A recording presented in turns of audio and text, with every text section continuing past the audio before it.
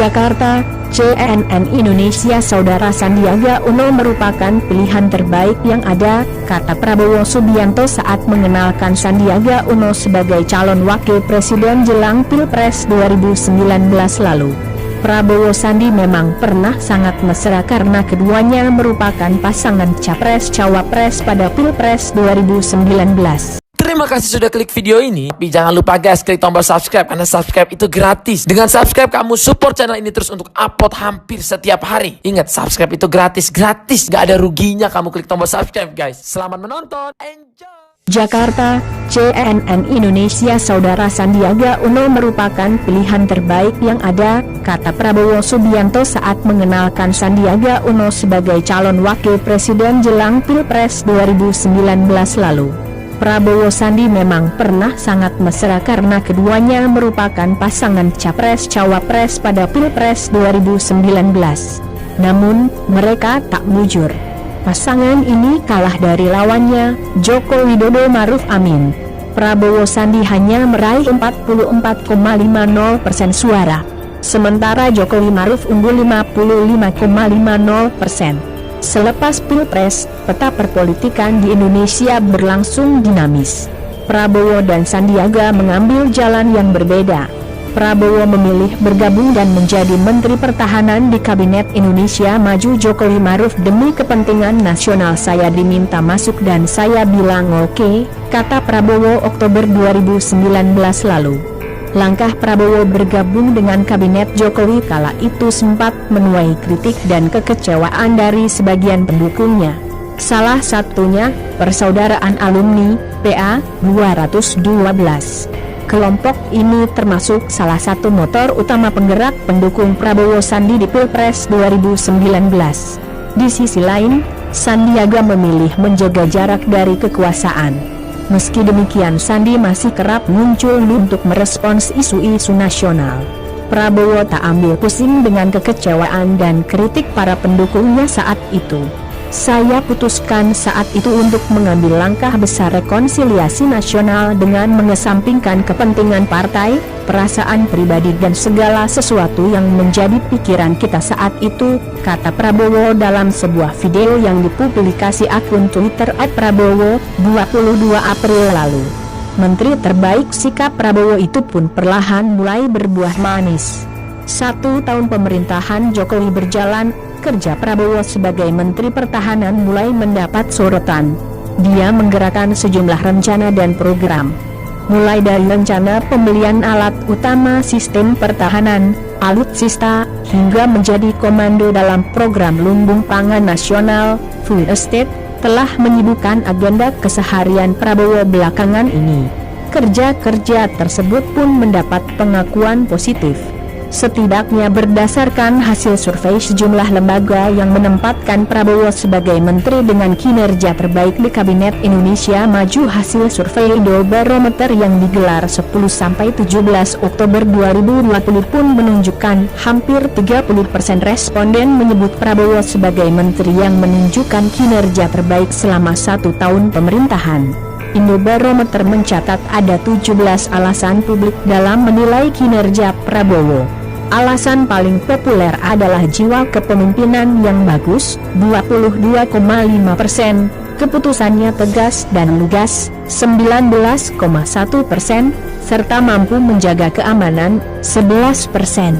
Sebelumnya, Juli 2020, survei Carta Politika Indonesia menempatkan Prabowo di peringkat teratas daftar menteri kinerja terbaik, dengan angka 12,8%. Prabowo mengalahkan Menkeu Sri Mulyani, 11,5%, Menteri BUMN Erick Thohir, 5,8%, dan Menko Polhukam Mahfud MD, 4,6%.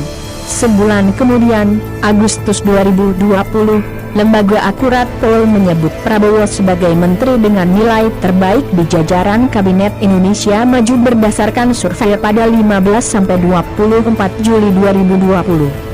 Prabowo berada di urutan pertama dengan nilai 6,57. Kemudian disusul Menteri Keuangan Sri Mulyani dengan skor 6,44, Panglima TNI Marsikal Hadi Cahyanto dengan skor 6,25, Menteri BUMN Erick Thohir dengan skor 6,24. Direktur Akurat Pol, Adlan Nawawi mengatakan proses pengambilan data dilakukan secara wawancara tatap muka langsung menggunakan kuesioner.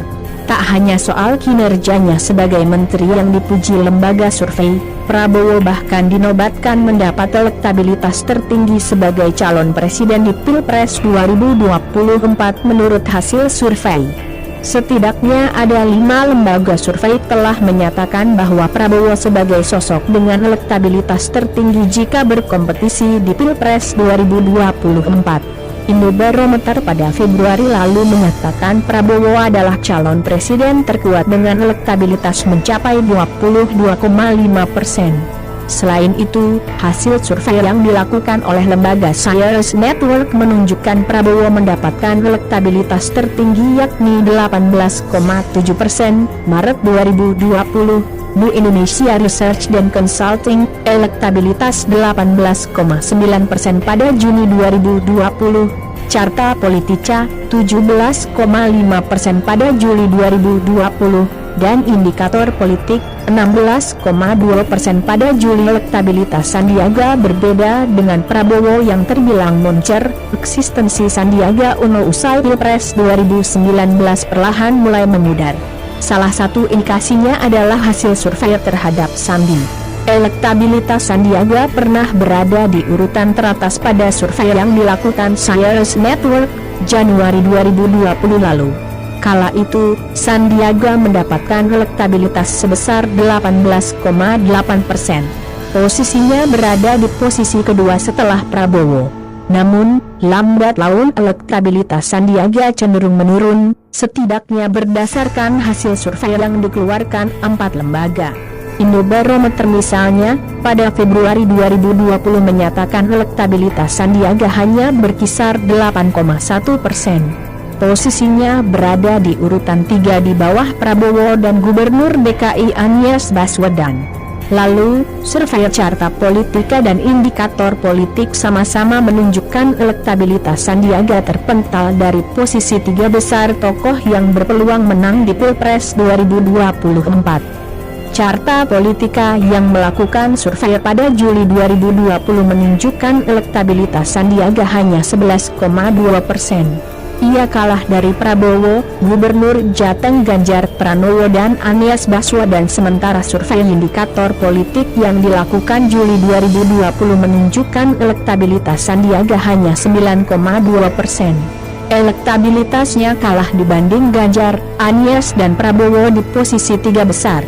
Dengan elektabilitas yang masih diperhitungkan pasca Pilpres, belakangan santer beredar isu Sandi didekati oleh PPP dan Perindo yang ingin meminangnya untuk mengisi kursi strategis di partai tersebut. Sejumlah sumber cnnindonesia.com membeber bahwa pimpinan kedua partai itu sudah bertemu dan menawarkan jabatan strategis untuk Sandi demi pemenangan pemilu dan Pilpres 2024. Pengamat politik dari Universitas Pajajaran Kunto Adiwibowo mengatakan wacana Sandiaga menjadi ketum parpol, baik PPP maupun Perindo, karena peluang Sandiaga bisa maju kembali dalam Pilpres 2024 cukup kecil bila tetap bertahan di Partai Gerindra. Terlebih Gerindra dan PDIP sangat mesra pasca penyelenggaraan Pilpres 2019. Posisi Sandi yang kini menjabat sebagai Wakil Ketua Dewan Pembina Partai Gerindra sendiri belum cukup strategis untuk mengamankan diri maju di Pilpres 2024. Ini sulit posisi Sandi apalagi untuk 2024. Hitungan politiknya belum jelas, tapi politik enggak sebatas di atas kertas. Peluang Sandi di Gerindra ada, walau tidak besar, karena selama Prabowo di Gerindra akan susah, kata Kunto. Meski demikian, anggota Dewan Pembina Partai Gerindra Andre Rosiade mengklaim partainya belum memfokuskan diri untuk menyiapkan kader sebagai calon presiden di pemilihan presiden 2024. Andre menerangkan bahwa masalah capres dari Gerindra akan dibahas dalam rapat kerja nasional, Rakernas, yang digelar pada 2023 mendatang. Capres belum ada, sekarang saatnya bekerja, ucap Andre kepada cnnindonesia.com, Kamis, 5/11.